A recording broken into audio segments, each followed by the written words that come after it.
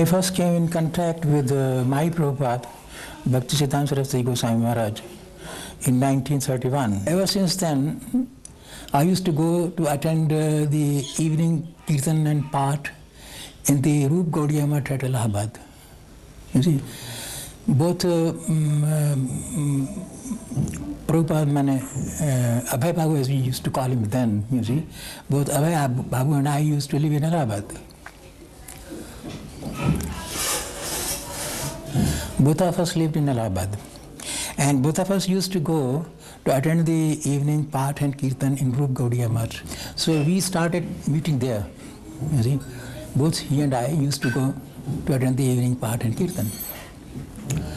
And I remember sometimes he would play on mridanga, you see. Sometimes he would sing. He was very good at that, you see. Mridanga and Kirtan, very good at it. He had a shop, he was a chemist then.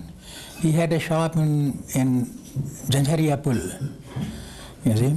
Then later on he shifted to Bahadurganj, a better locality, you see. And I remember he also used to manufacture his medicines, you see. And occasionally he made some tonic, and once or twice he gave me his tonics, you see. He gave me his tonics, which I used, you see. Once it was so funny, here in the ISKCON temple, someone asked me in Prabhupada's presence, Dr. Kapoor, how old are you? I said, well, I'm 75. It was about 10 years back, perhaps more. What is the secret of health? I said, Prabhupada's tonics. Prabhupada remembered, he laughed. There had been no such information about his living. He was out of the house for some, usually he was going out of the house for his personal work or some business purposes. But on the particular date, I don't remember the exact date of that time. As soon as he left home, we were thinking that Prabhupada will come back again to home after in the evening, that he usually used to do. But the particular date he left home, he did not turn up again. I asked Prabhupada, how you were separated from your family? He said that my wife is a big drinks, he's a tea, she was taking too much of teas. So Prabhupada told her, whether you want me or tea. At that time she said tea. So then I said that you do with your tea, I will go with my own way. With the Prabhupada, I only met when there was a function in some, religious function in Kurukshetra. There was a very big, people had come for bath and taking bath and all that. And I had gone there, with me 2-3 people were there, but they were not interested in talks. They wanted to go round and eat and do something. I was not interested, I was going round seeing people. So I met Prabhupada sitting down below a tree because it was quite hot. So he was sitting there. So I asked him, I said, Babaji, kya kar rahe ho tum? He was in white clothes, the dhoti and baran. So he said, nahi, main aisa hi baitha hu. So then I had a talk with him for about half an hour or so. At that time I don't think he had become a sadhu or sannyasi. He was just... Then he said, no, my family is in Calcutta, but I had come for this function here to have bath. That way we talked for some time. And then he said, suppose I want to meet you. I gave him my card. Choksi, you knew, no? My office fellow. He was with me. So Choksi was somewhere. I called him. I said, Choksi, come. Then he gave me my card, his card and all that. And you come to Scindia House if you want to talk to her. After that he came to Scindia House. One evening, very late, till later. I was still in the office doing some work. Then I got up and wanted to come home. It was must be about 7 o'clock. And it was quite dark. There was nobody. No office, being office, and 7, nobody was there. So Choksi was sitting there on his table. So I asked him, I said, Choksi, who is again sitting with you? Because Choksi was sitting on his table. And Swamiji was sitting like this, what I am sitting. And Choksi was at the back, his table. So he said, no, somebody has come, some Swami, but he doesn't listen to me. He said, no, I would like to meet her.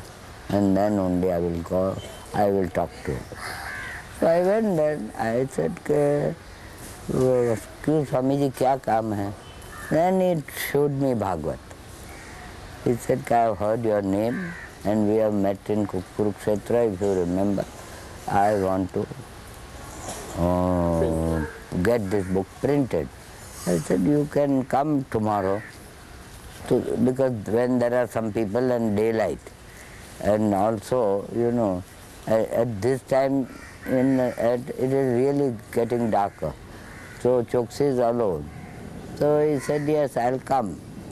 Then I asked Choksi, because my secretary was there. So he typed out a letter to 1 or 2 friends. They are no more now. So telling them that why don't you do something about this gentleman? He is written Bhagavad and I would like you to help him. And I am going to do this much. I wrote that letter and gave him. He went and then I went home. After a day he came and he said, now I am going back to Vrindavan. I said, why are you going? He said, my work is done. Now I will try to see how I can get it printed. My association with Bhaktivedanta Maharaj, with Prabhupada, increased more and more. And you see, naturally we would always talk of Krishna and Prabhupada and so on. In 1932, a year after that, I joined this parikrama. Prabhupada couldn't join because he was in business, you see. He was in business, he couldn't come. When I returned from the parikrama, he asked me about the parikrama and I had to tell him what happened, you see, where and so on. For a number of days he was.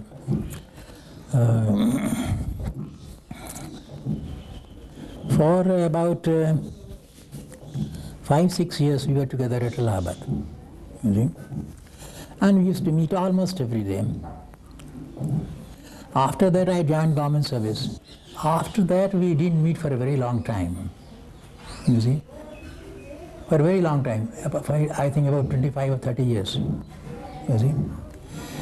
When I retired from government service, I came to stay here in Vrindavan, you see. And I had lost all contact with Prabhupada. I didn't know what had happened to him. Perhaps he didn't know about me. One day, accidentally, I was in Radha Damodar temple here, sitting in the veranda, waiting for someone. And I saw Prabhupada coming out of his room. He was then staying here, you see. He came out with 2 American disciples. Prabhupada naturally was in sannyasi vesh at this time. And I tell you, I couldn't recognize him. You see, he was so much, years had made change, and then he had put on, he was now a sannyasi, so he was completely changed. And I was also changed perhaps, but not so much as Prabhupada. So he just kept guessing at me, you see. And then after some time he just hazarded a guess and said, Dr. Kapoor. Oh, I recognized him from his voice. I said, Abhay Babu. Oh, then he embraced me. You see. Sometimes you recognize your old friends from voice more than from face. You see. As soon as I said Dr. Kapoor, I recognized him. So then he was perhaps going somewhere. He cancelled his program, took me inside his room, and told me all about the work that he had done. He had just returned from, I think, after his visit to America. This was the first time he had come back. You see, he was now an international figure. You see, and he told me all about the work that he had done. Showed me newspaper cuttings and so on. All of a sudden, one day he came to office and he said, "I want to go to America." I said, "Are you crazy? Why do you want to go there? What will you do? You know, American government, you know, sometimes they are very funny. They'll send you back." So once, you know, it goes on record that you have sent back, then they won't let you in. Why do you want to go? And at that time, no, so many people were not going to America. Now it is quite different. Yeah. So I said, "Why do you want to go? क्या करेगा? You used to say, "अरे बुड्ढा मर जाएगा खाली." So he won't listen. What does it mean? I meant the old man, you are going to die like this, there. Who will look after you? What will you do there? So he said, "Kya karo? Jana, jana, jana." I said, "All right, I'll make this arrangement, then you go." So when the arrangement was made, he was in Bombay. I made all this arrangement with the captain, and the ship went to load some ports. His wife also went. Then they came back. At that time, our other ship dropped him. I think he went from Calcutta. So the other ship went and dropped him there. And then he went by that ship. He was residing before he left India. He was staying in a dharamshala, that is free lodging and all of that in North Calcutta. And I have taken him off from there by a taxi. Immediately we rushed to Khidirpur Chowk and all that. A very early morning at about 5:30. I said nothing, but I was very much shocked that he was leaving us.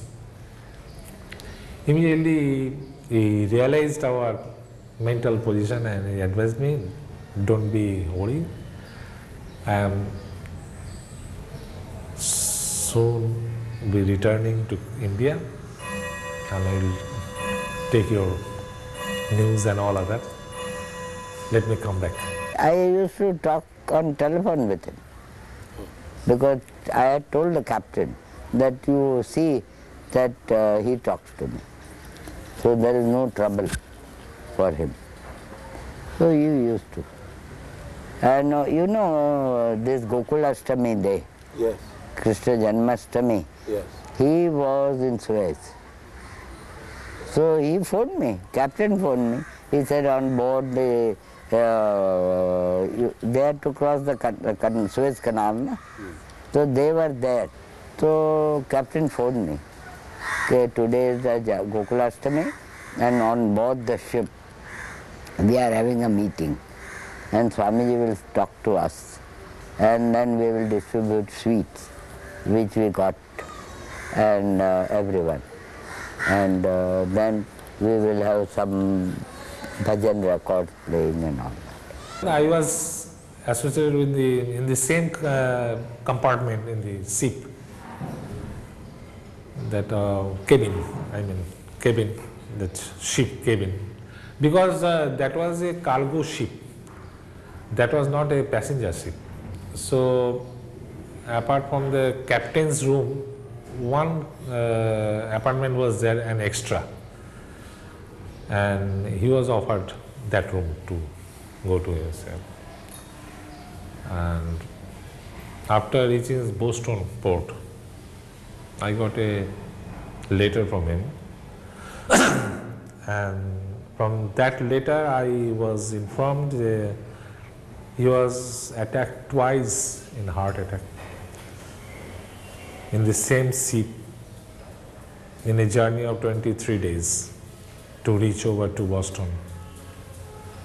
And immediately he asked me to send a medicine, that Ayurvedic.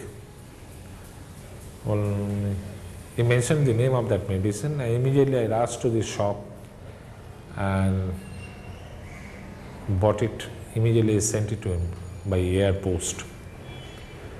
And he acknowledged that medicine and told me that at that time my mental balance was not so quite good because of his sickness and all other, because he was quite aged at that time.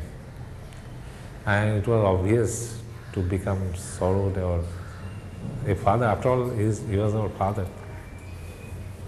So immediately I sent this medicine to him in his address in USA. And he acknowledged it. And he was being recovered very fast, very rapid. And we all of our families were pleased. I talked with the Swamiji also on telephone. So he said, no, I'm quite all right, but I am very seasick. So I was talking to this captain and all that. Said, tell me, little mother, that I am going to die now. He was very much seasick, so he was not feeling comfortable. So he phoned me also. I said, Arey, you are not going to die, don't worry. Seasickness doesn't kill anybody. Then he was not feeling very comfortable because the sea is not very good on that side, little rough. So then when he reached New York, that captain phoned me. Okay, we have reached, and I talked to Swamiji. He said yes. He went to Warden Road, Akash Ganga, where this Hare Krishna devotee was staying. I went there and met to Swami Madhuvisa, who was in charge of the devotees. I sat for few minutes, then I was told by Madhuvisa that Guruji came just now from America and sitting another room. So you come with me and take the darshan of Guruji. So I went to that room with Madhuvisa and take the darshan of Guruji.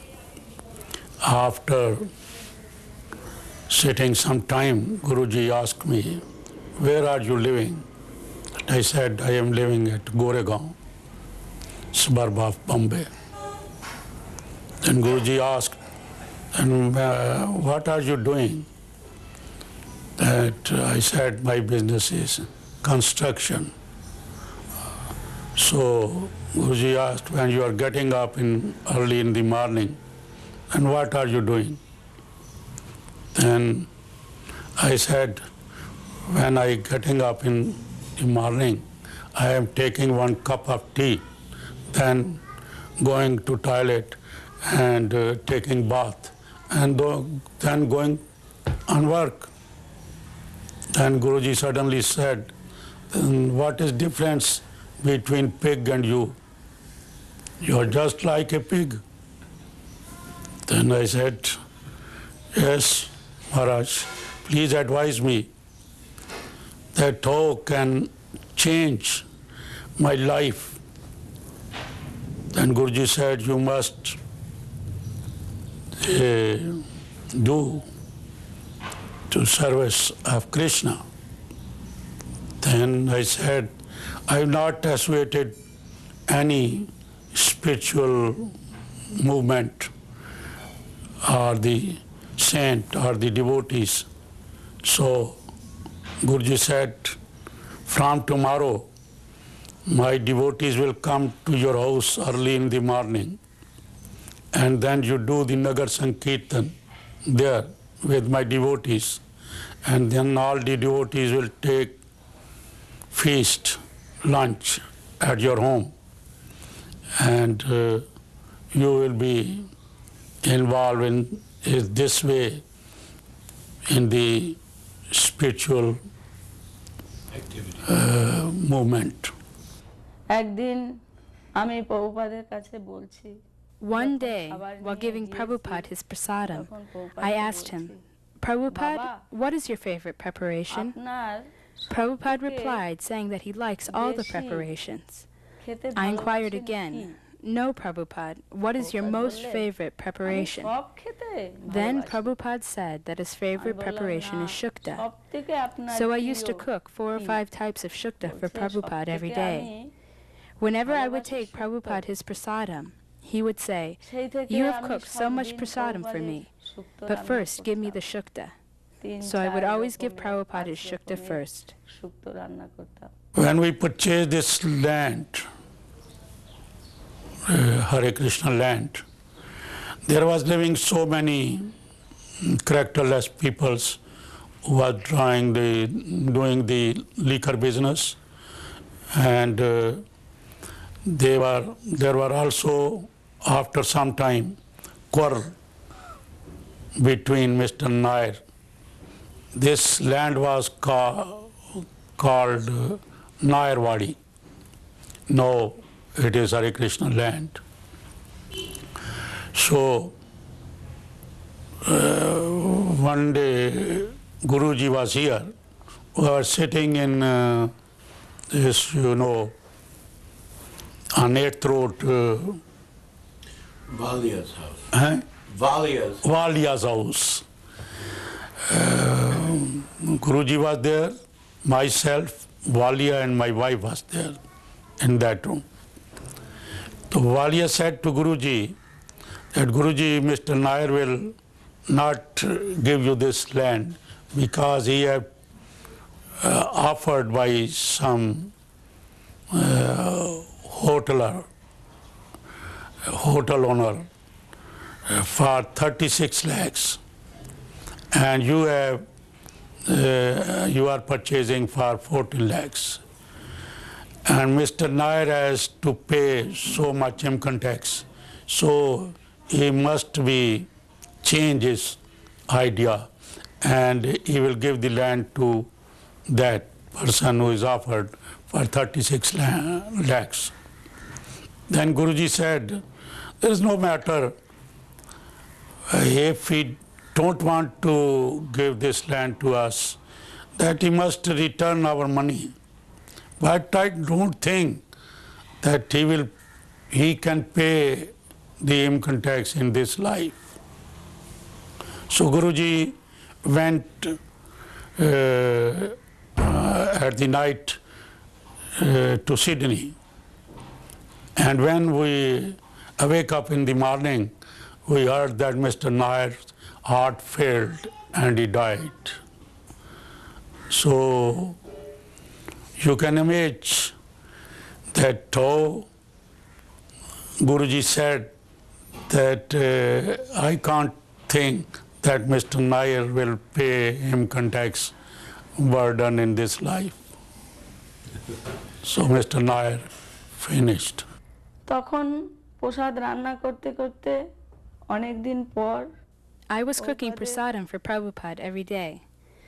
One day somehow the prasad was late. So Palika cooked something quickly and took it to Prabhupada. Prabhupada asked, "Where is the prasad that Kishori cooked?" And he immediately asked the devotee to phone the big kitchen and find out why the prasad was late. So I hurried and quickly took the prasad to Prabhupada's house. And when I got to the house, Prabhupada was standing in front of the stairs. I immediately put my head down and took the prasad inside. Just as I was leaving the house, Prabhupada asked me, "Why are you crying?" I said, "Prabhupada, because I delayed your prasad today." Prabhupada said, "I am not upset about that. What I am worried about is that if you delay my prasad, then you might one day delay Radhamadhav's prasad. And if you delay Radhamadhav's prasad, then he might become upset. That is why I have asked why my prasad was late." He is always speaking truth, you see, and always quoting from Bhagavatam, Srimad Bhagavad-gita, and from Chaitanya Chaitamrita, always quoting some slokas from those places. But he was so simple to answer those questions to us that anybody, even an atheist, will feel that I should be in touch always with Prabhupada. So his smile face, I am seeing is just a celestial flower of the paradise. how affectionate man he is. I can't remember, I can't express the actual, the meaning of the such a smiling. I have never seen such a smiling. Prabhupada used to go for a japa walk every morning with his disciples after Mangalarti. Some days he would walk to the Math. Some days he would walk along the Ganges. Some days he would walk around the Pukur. Some days he would come to the kitchen. After the japa walk, Prabhupada would come to Guru Puja, and as devotees would offer flowers to him, he would give them prasadam. Once he said to me, Dr. Kapoor, forgive me for my offenses. I don't know what he really meant. I said, what do you mean? What offenses? That was his greatness, I think, his humility. You have done so much for Mahaprabhu, you see. What offenses? I can't understand what you mean. Humility, what else? After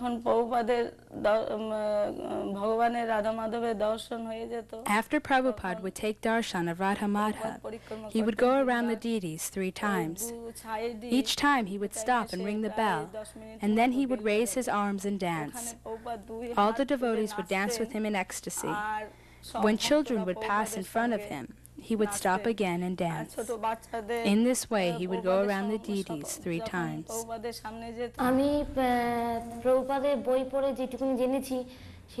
I can only speak what I know from reading Prabhupada's books, because I never saw Prabhupada personally. I may not be able to do what Prabhupada did, but I know that in order to get free from this material existence, I should follow in his footsteps and follow the path he has shown. In the future, I will try to dedicate my mind and life to Krishna, and of course, Prabhupada too.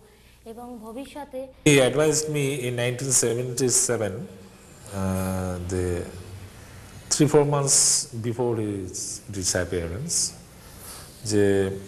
please take care of your mother and your family, because I left home and you are 2 brothers and your elder brother has become very inactive, so you must be well careful to take the responsibilities and all other things that may require for benefiting of your family and all other members.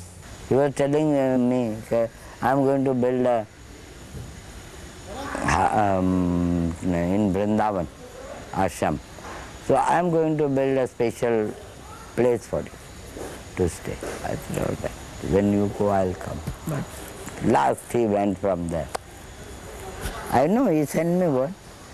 Yes. I'm going to Vrindavan now, and I don't think I'll come. He knew that he's going to go. I told him also we'll get doctor. He said, no, good. Very nice man. As a man also, he was very nice. Very kind, very soft, very nice. The man has done so much. And what did he take? Nothing. And he has left behind such a big landmark. Not only religion, culture, everything, all over the world. So we must try to see that whatever he has done is kept. We can't increase, all right, but we must keep it. It must remain alive. That is what I feel. We are deeply charmed and rather we are very much proud of our father, that is your spiritual master, and of course he was also our spiritual guide. We are very much charmed and pleased that no ordinary people can do it. It is absolutely impossible for them, rather, to make a good mission and a big mission and wide range of propagation and all other, because it is very, we much feel rather very proud of our father. And this is our ultimate conclusion about that.